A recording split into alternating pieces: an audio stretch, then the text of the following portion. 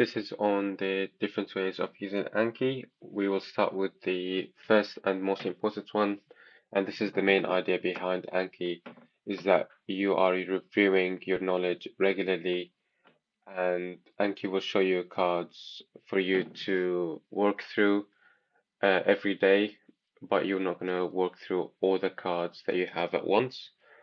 And an example of this, I'm going to choose any one of these decks, but I've created an examples deck just to make things more simple.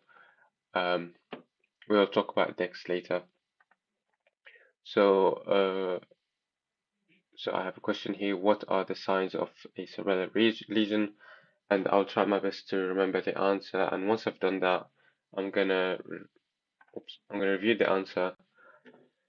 And if I remembered it very easily, then I'm gonna go with easy, and I'll see the card again in 3 days. And if I could not remember it at all, or I really struggled, then I'm gonna put again, and I'll see it again in 25 minutes. So let's say I remembered it very easily. I'm gonna press here to go and see the next question. Again, try and remember my best and see the answer, and so on and so forth. Okay, so that's the first way to use Anki, and the most important one. Another way of using Anki is by searching through my notes, essentially. So whenever I want to try and look something up quickly through my notes, I can go in Browse over here, and I will get this screen, which may look a little bit overwhelming if you have not seen it before, but don't worry about that. We will talk through it later. And I'll go to the search box over here and say I want to look up what I have on vasculitis. So vasculitis is the inflammation of blood vessels, vasculitis. And these are the different cards I have about vasculitis where it comes up. So I can look through them and I can uh, see them as the whole card as well. There you go. So this is outside reviewing my deck of cards. This is just searching through my database of notes. Okay. The third way of using Anki is by capturing notes. So let's say I'm somewhere where someone's delivering any type of teaching, and they say something that is quite catching that I want to look up later or I want to make notes on. I can have this card ready to be typed. And let's say they mention something about hypercalcemia. So I go, what are the signs of hypercalcemia? And then later on they mention something about um, what are the causes. So what are the causes of hypercalcemia?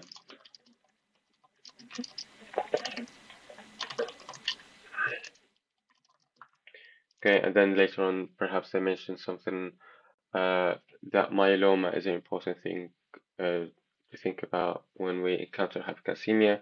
So I can say, note, don't forget about myeloma, for example. And if I'm still capturing things from whoever's teaching me, I don't have to close this card right now. I can just open another one as well, and maybe they talk about uh, hyperkalemia, for example. What are the causes of hyperkalemia?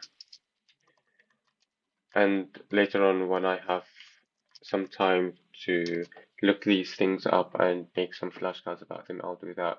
I personally don't use it in this way, but I know some students who do. I prefer to write things with pen and paper or write them on my iPad using a pen, but that will be up to your personal preference. And we'll talk about this stuff more in detail later. Okay, and another way of using Anki is, let's say you want to review questions about a specific topic or specific specialty. Let's say I want to do cardiology only questions, or I'm gonna cram a specific deck for my exam. So Actually, I'm doing that at the moment. I'm studying all my clinical deck because I'm preparing for an exam. Um, so you can do that by going to by filtering out a section of your cards. So let's say down here, I want to study all my cards about hematology. These are all the cards I have about hematology, and so I can take them out as a section and study them only if I'm preparing for something. We'll talk about how to create this later, and we'll go in detail about it later. But this is mainly about the different ways you can use Anki. I personally use all of those ways together, and I would add to that as well. One of the important benefits of using Anki is actually creating the card itself. Is in itself is a learning process when you're creating a card, and we will go through that in detail later on as well. Okay.